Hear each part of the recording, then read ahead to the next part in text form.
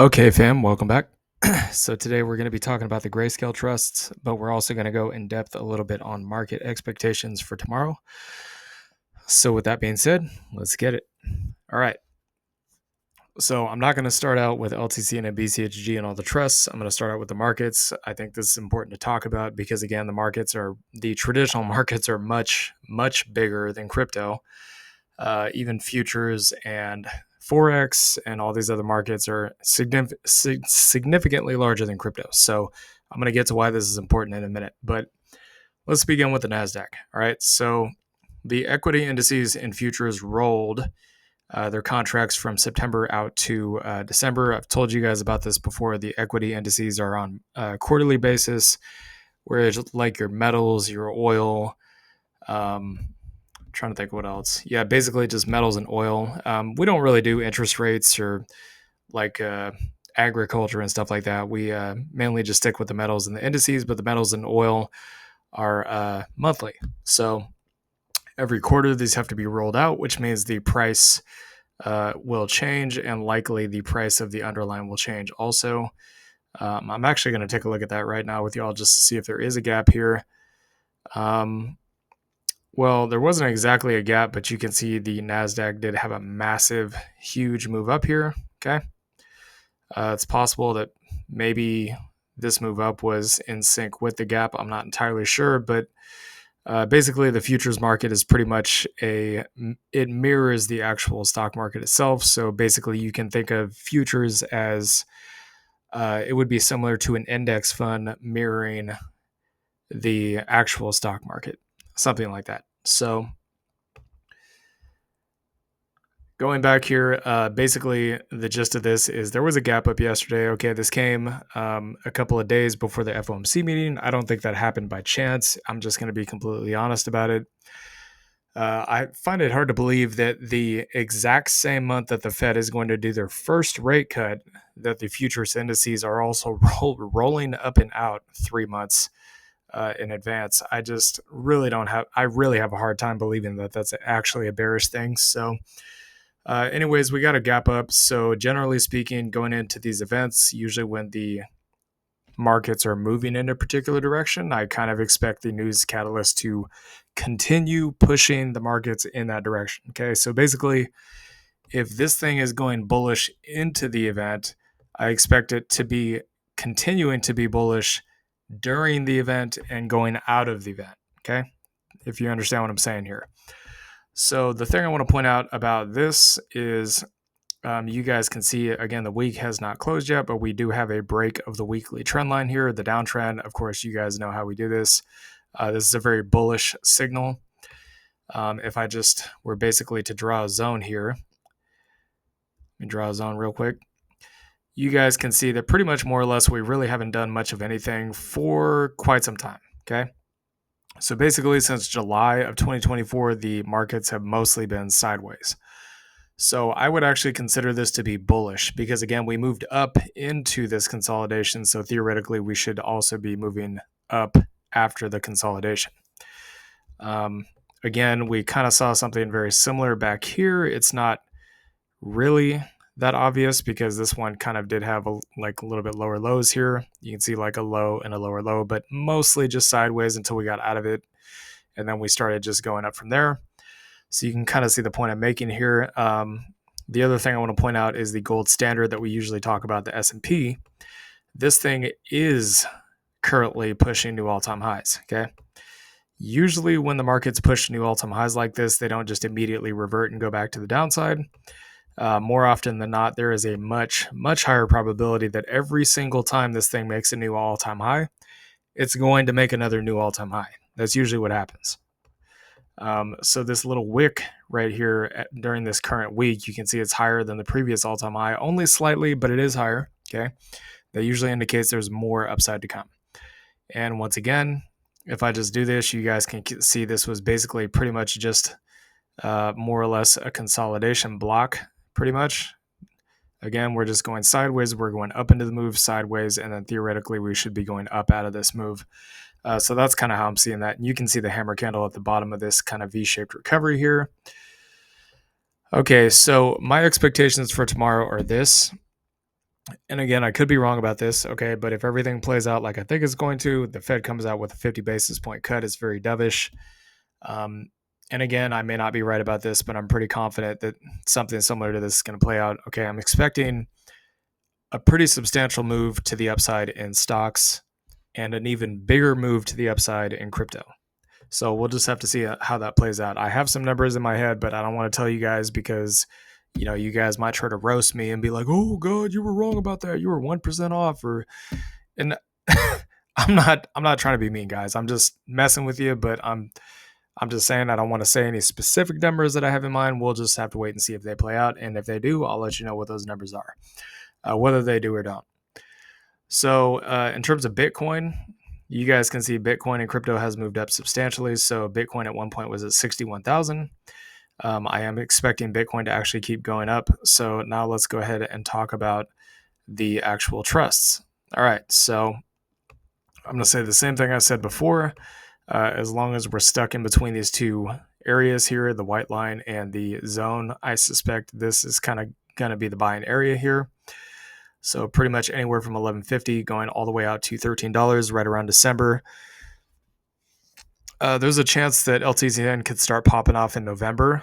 If I'm not mistaken, I believe that is actually the last time it happened. So if I go back here, you guys can see that, yeah, so it started in October, but we didn't really start exploding to the upside until we got kind of more close to that November timeframe. So it could actually start in October as well. I mean, heck, it could even start in December, or not December, September, but I'm not sure how likely that is. Probably still going to be some more sideways, maybe up and down sideways until we get to October, and then probably going to start moving up from there. On these trusts specifically, because again, they're wedged in between basically support and resistance here. Usually this thing kind of chops around into the apex and then makes its move. So you got your support there. So basically for resistance, we're looking at, I'd say roughly about 13 to 15. You got 20 to 27. And then the swing high here is 54. And we have 510 at the all-time highs. So basically above that swing high, you have 100 to 135, well, 70, 100 to 135, and then roughly about 3 to 400 before hitting the highs. So I'll just give you guys the measured move from the current price. If you guys have TradingView available to you, you can draw all this stuff out for yourself and kind of figure out where your profit targets are going to be. But again, that's entirely up to you. If not, we still do this every single day. Now, when we go into the bear market, which I estimate is probably going to be roughly around the time of next year, maybe the start of 2026, probably closer to the end of next year, we're only going to be doing these once a week, okay? Or maybe a couple of times a week. Because again, it takes some time for the bottom of the markets to play out, and we'll show you guys that, and generally speaking, how the whales think about this and what they look for, and best times to get in and stuff like that. So LTCN 355% move here. Again, that's just to get back to the swing high. So BCHG, nice little V-shaped recovery here on this green candle. So we're holding this trend line. Again, anywhere on this trend line in my mind is going to be support. So 6 going out potentially all the way to about $7. So above that, you have 10. We'll just say 10 to roughly about 1270, 18 to 20, and then 24 up here at the swing highs.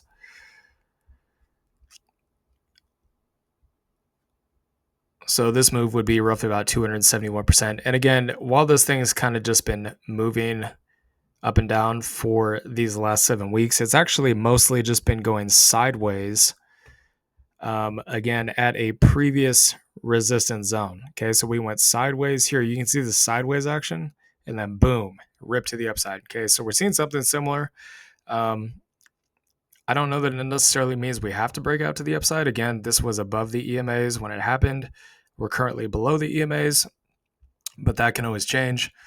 Again, generally speaking, I would see this as kind of a bullish indicator. And there is a gap here to be filled. So let's do the measured move. So basically, I'll just measure from the current price to the swing high up here, 271% move. HZEN. So falling wedge, target is the top of the wedge. That's going to be roughly about 10.5 at that swing high up there. Support here, 250 to roughly about 290. Then you have, I'd say, about $6.98, and then of course the swing high up there. Once we get past that point, we can talk about it.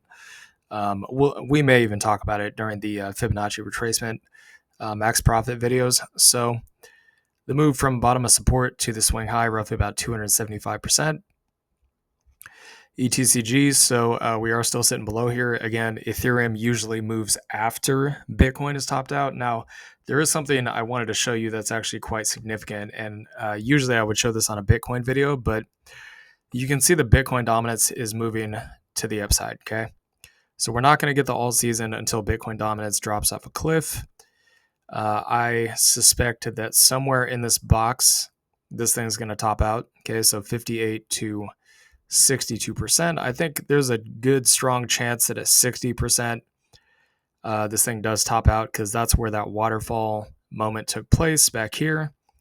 It's also been a major swing level in the past, but it moved up very, very aggressively today. So my guess is Bitcoin is getting ready to make its move to the upside pretty quickly here in the short term.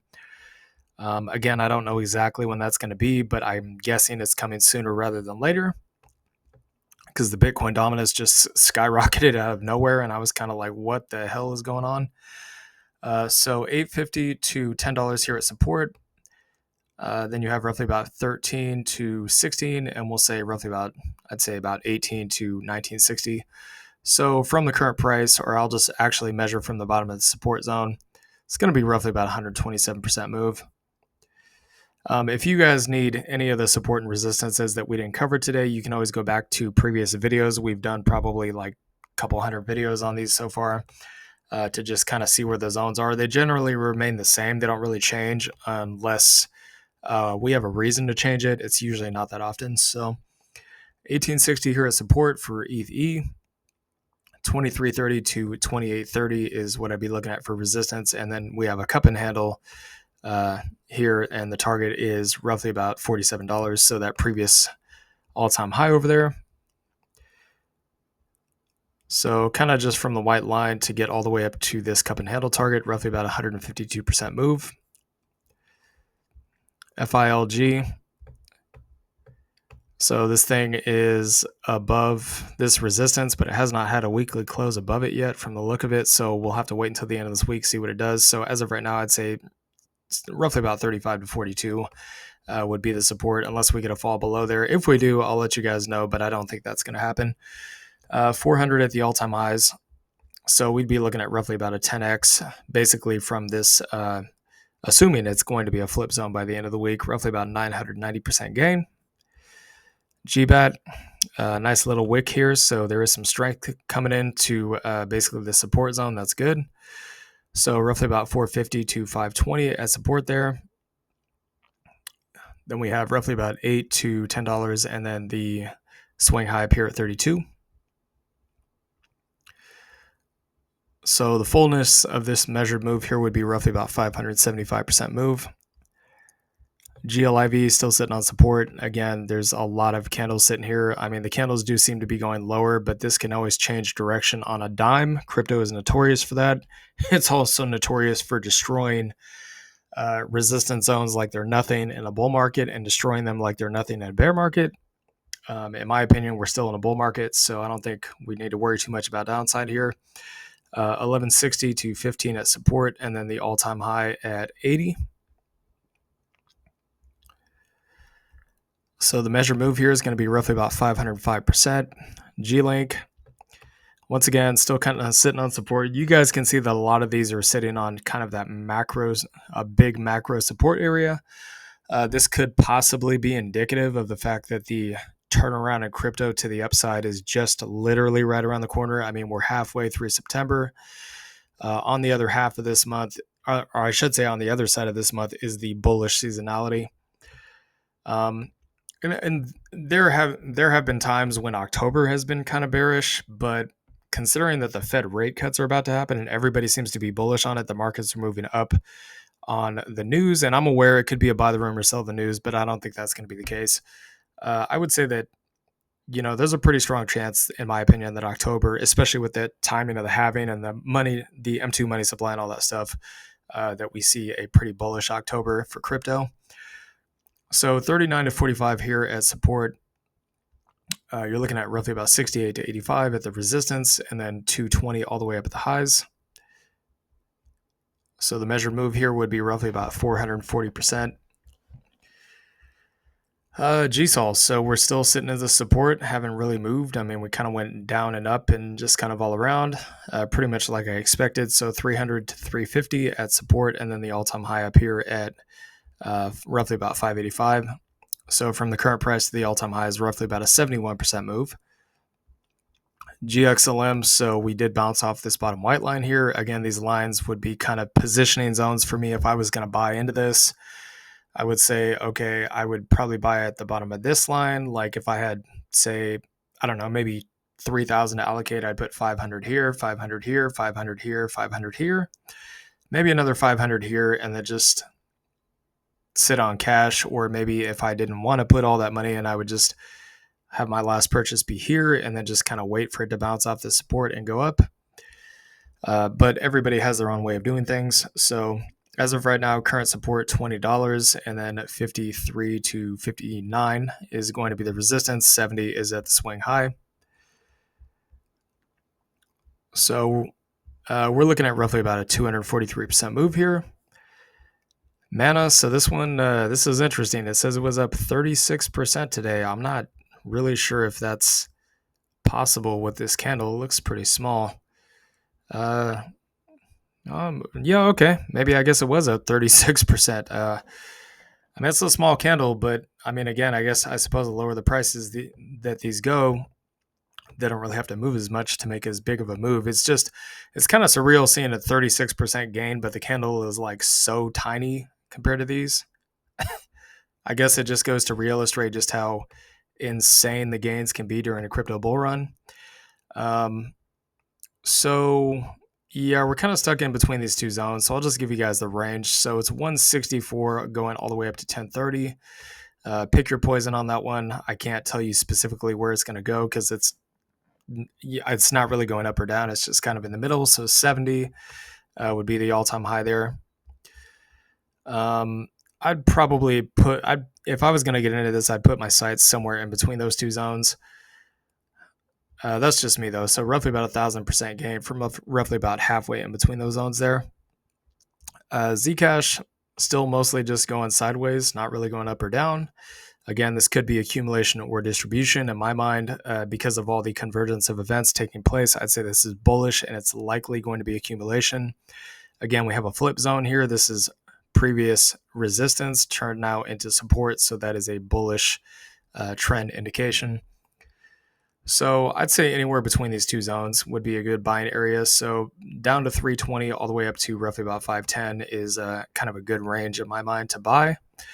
So 1020 all the way up there at the highs. Again, that is not financial advice. You guys are free to do what you want, but the maximum move here is roughly about 216%.